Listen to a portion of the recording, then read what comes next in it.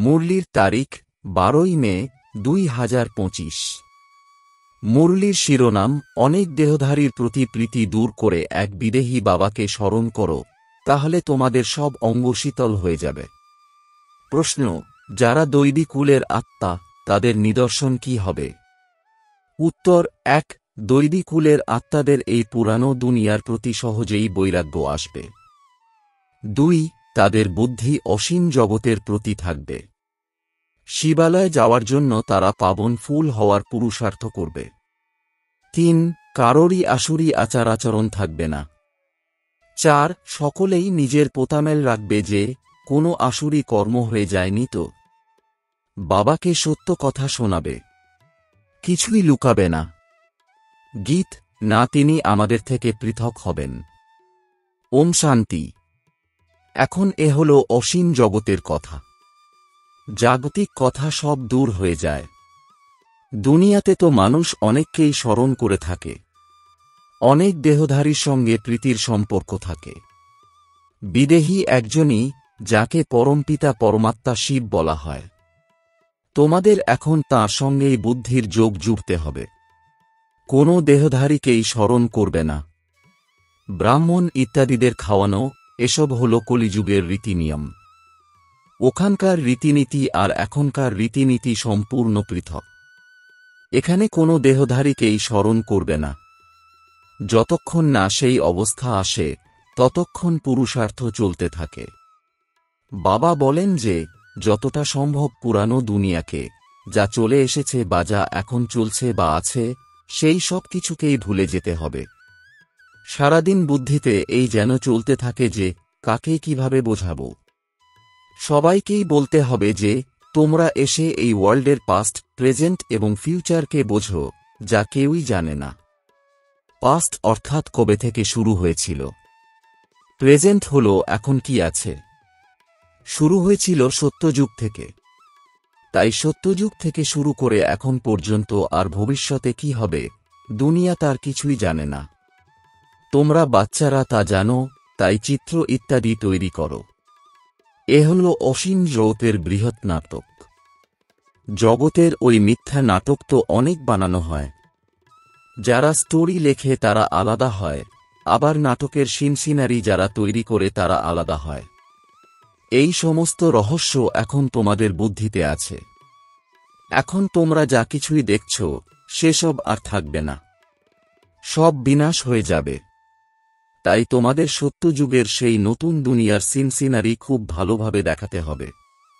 আজমিরে যেমন সোনার দ্বারিকা আছে, তার থেকেও সিনসিনারি নিয়ে আলাদাভাবে তৈরি করে নতুন দুনিয়া দেখাও। এই পুরানো দুনিয়াতে আগুন লেগে যাবে, এরও তো নকশা আছে, তাই না? আর এখন এই নতুন দুনিয়া ইমার্জ হচ্ছে।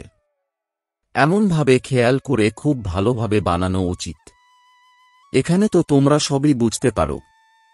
এই সময় মানুষের যেন সম্পূর্ণ পাথর বুদ্ধি। তোমরা কত বোঝাও, তবুও বুদ্ধিতে বসে না। নাটকে যেমন খুব সুন্দর সিনসিনারি বানানো হয়, তেমনি কারোর থেকে সাহায্য নিয়ে খুব সুন্দরভাবে স্বর্গের সিনসিনারি বানানো উচিত। ওরা খুব ভালো আইডিয়া দেবে, উপায় বলে দেবে। ওদের বুঝিয়ে এমন সুন্দর করে সব বানানো উচিত যাতে মানুষও এসে বুঝতে পারে। সত্যযুগে তো বরাবর একই ধর্ম ছিল। বাচ্চারা, তোমাদের মধ্যেও নম্বরের ক্রমানুসার আছে, যাদের এই ধারণা হয়। দেহ বোধের বুদ্ধিকে ছিচ্ছি বলা হয়। দেহী অভিমানী বুদ্ধিকে ফুলের মতো বলা হয়। তোমরা এখন ফুল তৈরি হচ্ছ। দেহ বোধ থাকলে যে কাঁটা, সেই কাঁটাই থেকে যায়। বাচ্চারা, তোমাদের তো এই পুরানো দুনিয়ার প্রতি বৈরাগ্য আছে। তোমাদের হল অসীম জগতের বুদ্ধি, অসীম জগতের বৈরাগ্য। আমাদের এই বেশ্যালয়ের প্রতি খুবই ঘৃণা। এখন আমরা শিবালয়ে যাওয়ার জন্য ফুল তৈরি হচ্ছি। এমন তৈরি হতে হতে যদি কারোর চলন খুব খারাপ হয়ে যায়, তখন মনে করা হয় যে এর মধ্যে ভূতের প্রবেশ হয়েছে। একই ঘরে পতি হংস তৈরি হচ্ছে, পত্নী যদি না বোঝে তখন সমস্যা তৈরি হয়, সহ্য করতে হয়। তখন মনে করতে হয় যে এর ভাগ্যে এমন নেই। সবাই তো আর দৈবী কুলের হবে না, যারা দৈবী কুলের হবে তারাই তৈরি হবে। অনেকেরই খারাপ চালচলনের রিপোর্ট আসে। এই আসুরি গুণ আছে, তাই বাবা রোজ বোঝান যে রাতে নিজের পোতামেল দেখো যে আজ আমি কোনো আসুরি কাজ তো করিনি। বাবা বলেন যে সারা জীবনে যে ভুল কাজ করেছ তা বাবাকে বলো। কেউ যদি অনেক বড় ভুল করে তখন সার্জেনকে বলতে লজ্জা পায়, কেননা সম্মান তো চলে যাবে, তাই না? না বললে তখন তো লোকসান হয়ে যাবে। মায়া এমন থাপ্পড় মারে যে একদম সর্বনাশ করে দেয়। মায়া খুবই জোরদার। তোমরা যদি 5 বিকারকে জয় করতে না পারো তাহলে বাবা আর কি করবেন? বাবা বলেন যে আমি দয়ালুও আবার কালেরও কাল। আমাকে ডেকেই থাকে, পতিত পাবন, তুমি এসে পাবন বানাও। 2 তো আমার নাম, তাই না? আমি কেমন দয়ালু আর কিভাবে আমি কালেরও কাল, সেই পার্ট এখন প্লে করছি। আমি কাঁটাকে ফুলে পরিণত করি, তাই তোমাদের বুদ্ধিতে সেই খুশি আছে। অমরনাথ বাবা বলছেন, তোমরা সকলেই পার্বতী। এখন তোমরা মামেকম স্মরণ করো, তাহলে অমরপুরীতে চলে যাবে। আর তোমাদের পাপ নাশ হয়ে যাবে। ওই যাত্রা করলে তো তোমাদের পাপ নাশ হয় না। সে হল ভক্তিমার্গের যাত্রা। বাচ্চাদের এই প্রশ্ন জিজ্ঞেস করা হয় যে খরচ কিভাবে চলে, কিন্তু কেউই বাবাকে খবর দেয় না যে তোমরা এই রেসপন্ড করেছ। এত সব বাচ্চারা ব্রহ্মার সন্তান, সব ব্রাহ্মণ, তাহলে আমরাই তো আমাদের জন্য সব খরচ করব, তাই না? রাজত্বও আমরা শ্রীমতে চলে নিজেদের জন্য স্থাপন করছি। এই রাজত্বও আমরাই করব। রাজযোগ আমরাই শিখি, তাই খরচও আমরাই করব। শিব বাবা তো অবিনাশী জ্ঞান রত্নের দান করেন, যাতে আমরা রাজার রাজা হই। বাচ্চারা যারা পড়বে তারাই তো খরচ করবে, তাই না? বোঝা উচিত যে আমরা আমাদের খরচ করি, আমরা কোনো ভিক্ষা বা ডোনেশন গ্রহণ করি না, কিন্তু বাচ্চারা কেবল লিখে দেয় বা এও জিজ্ঞেস করে। তাই বাবা বলেছিলেন, তোমরা সারাদিন যা সার্ভিস করো, সন্ধ্যাবেলা তার পোতামেল বানানো উচিত। এসবই অনুসরণ করা উচিত। এখানে আসে তো অনেকেই, তারা সব প্রজাই হয়, উচ্চ পদ প্রাপ্তকারী খুব অল্পই হয়, রাজা খুব অল্প হয়, বিত্তবানও অল্পই হয়, বাকি গরিব অনেকেই হয়। এখানেও এমন, তাই দৈবী দুনিয়াতেও এমনই হবে। এখন রাজত্ব স্থাপন হচ্ছে, তাই সেখানে নম্বরের ক্রমানুসার সবই চাই। বাবা এসে রাজযোগ শিখিয়ে আদি সনাতন দৈবী রাজধানীর স্থাপনা করান। দৈবী ধর্মের রাজধানী ছিল, এখন আর তা নেই। বাবা বলেন, আমি আবার স্থাপনা করি। তাই কাউকে বোঝানোর জন্য চিত্র এমনই চাই। বাবার মুরলি শুনবে আর করবে। দিনে দিনে কারেকশন তো হতেই থাকে। তোমরা নিজেদের অবস্থাকেও দেখো যে কতটা কারেক্ট হতে থাকে।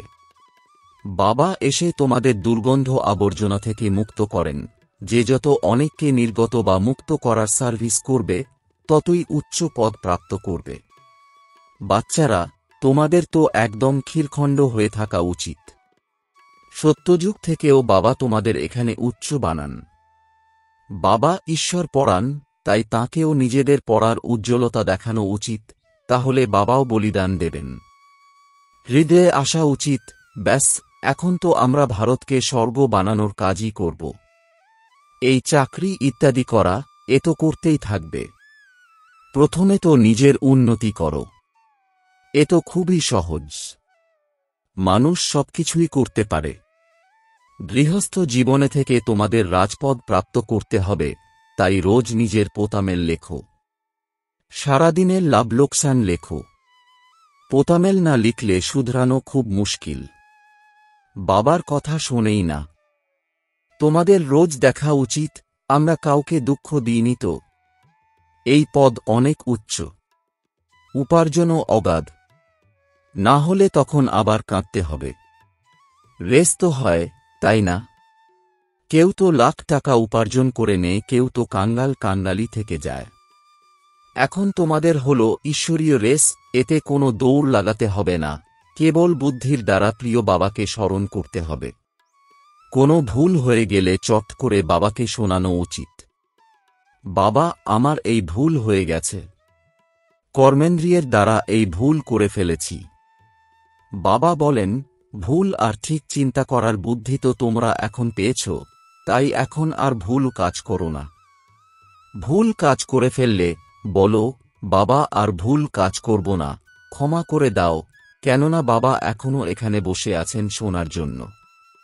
যাই অন্যায় কাজ হয়ে যাক না কেন, সঙ্গে সঙ্গে বাবাকে লিখে বলে দাও, বাবা, এই অন্যায় কাজ হয়ে গেছে, তাহলে তোমাদের অর্ধেক মাফ হয়ে যাবে। এমন নয় যে আমি কৃপা করব। ক্ষমা বা কৃপা পাই পয়সারও হবে না। সবাইকে নিজেদের শুধরে নিতে হবে।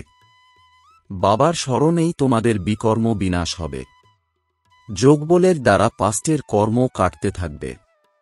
বাবার হয়ে বাবার নিন্দা করিও না। সদ্গুরুর নিন্দুক উচ্চ পদ প্রাপ্ত করতে পারে না। তোমরাই উচ্চ পদ প্রাপ্ত করো, অনেক উচ্চ।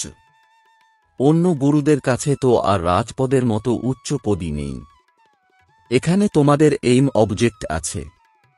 ভক্তিমার্গে কোনো এইম অবজেক্ট থাকে না। যদি থেকেও থাকে তা অল্পকালের জন্য। কোথায় 21 জন্মের সুখ, আর কোথায় পাই পয়সার সামান্য সুখ।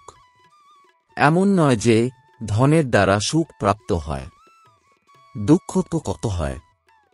আচ্ছা, কেউ যদি হসপিটাল তৈরি করে তাহলে পরবর্তী জন্মে তার রোগ কম হবে। এমন তো নয় যে বেশি লেখাপড়া করবে বা ধনও বেশি প্রাপ্ত করবে। তার জন্য তো আবার সবকিছু করো। কেউ যদি ধর্মশালা তৈরি করে তাহলে পরবর্তী জন্মে মহল প্রাপ্ত করবে। এমন নয় যে তারা সুস্থ থাকবে। তা নয়। তাই বাবা কত কথা বুঝিয়ে বলেন। কেউ তো খুব ভালোভাবে নিজে বুঝে তারপর বোঝায়, আবার কেউ তো বুঝতেই পারে না। তাই রোজ পোতামেল লেখো, আজ কি পাপ করেছি, এই বিষয়ে ফেল করেছি। বাবা রায় দেবেন যে তাহলে এই কাজ করা উচিত নয়। তোমরা জানো যে এখন তো আমরা স্বর্গে যাচ্ছি। বাচ্চাদের খুশির পারদ চড়েই না। বাবার কত খুশি। আমি বৃদ্ধ, এখন এই শরীর ত্যাগ করে প্রিন্স হব। তোমরাও যদি পড়ো তাহলে তোমাদেরও খুশির পারদ চড়া উচিত, কিন্তু বাবাকে স্মরণই করে না। বাবা কত সহজভাবে বুঝিয়ে বলেন, ওই ইংরাজি ইত্যাদি পড়লে মাথা কত খারাপ হয়ে যায়, খুবই সমস্যা হয়। এ তো খুবই সহজ। এই রুহানি পড়াতে তোমরা শীতল হয়ে যাও। এতে তো কেবল বাবাকে স্মরণ করো, তাহলে তোমাদের অঙ্গ একদম শীতল হয়ে যাবে। তোমাদের তো শরীর আছে, তাই না? শিব বাবার তো আর শরীর নেই। শ্রীকৃষ্ণের অঙ্গ আছে। তার অঙ্গ তো শীতলই, তাই তার এমন নাম রেখে দিয়েছে। এখন তার সঙ্গ কিভাবে হবে? সে তো সত্যযুগেই হয়। তার এমন শীতল অঙ্গকে বানিয়েছেন। একটা তোমরা এখন বুঝতে পারো। বাচ্চারা, তোমাদের এখন এমন ধারণা করা উচিত। একদমই লড়াই ঝগড়া করো না। তোমাদের সত্য বলতে হবে। মিথ্যা বললে সর্বনাশ হয়ে যায়। বাচ্চারা, বাবা তোমাদের অলরাউন্ড সব কথা বোঝান। তোমরা ভালো ভালো চিত্র বানাও, সেগুলি যেন সকলের কাছে যায়। ভালো কিছু দেখে বলবে, একবার চলে দেখো। বোঝানোর জন্য হুঁশিয়ার ব্যক্তির প্রয়োজন। তোমাদের সার্ভিস করতেও শিখতে হবে। ভালো ব্রাহ্মণীদেরও চাই, যারা নিজেদের সমান তৈরি করবে। যারা নিজেদের সমান ম্যানেজার বানায়, তাদের ভালো ব্রাহ্মণী বলা হবে। তারা পদ উচ্চ প্রাপ্ত করবে। বেবি বুদ্ধি যেন না থাকে, তাহলে উঠিয়ে নিয়ে যাবে, রাবণ সম্প্রদায় তো আছে, তাই না?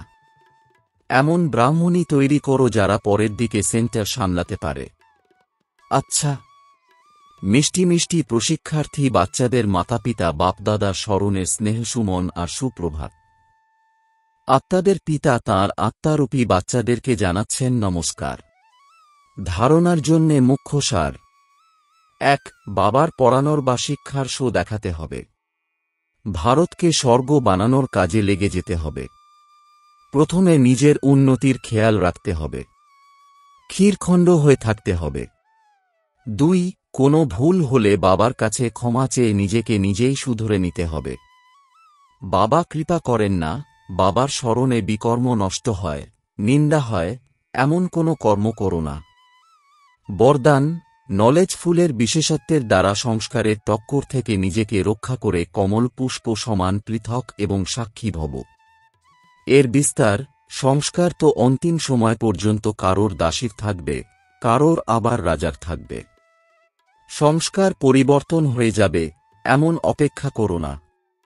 আমার উপর কারোর সংস্কারের প্রভাব যেন না আসে, কেননা একে তো প্রত্যেকের সংস্কারই ভিন্ন, দ্বিতীয়ত মায়াও নানা সংস্কারের রূপ নিয়ে আসে, তাই যে কোনো বিষয়ের সমাধান মর্যাদার গণ্ডির ভিতরে থেকেই করো। ভিন্ন ভিন্ন সংস্কার থাকা সত্ত্বেও যাতে টক্কর না আসে, তার জন্য নলেজফুল হয়ে কমল পুষ্প সমান পৃথক এবং সাক্ষী হয়ে থাকো।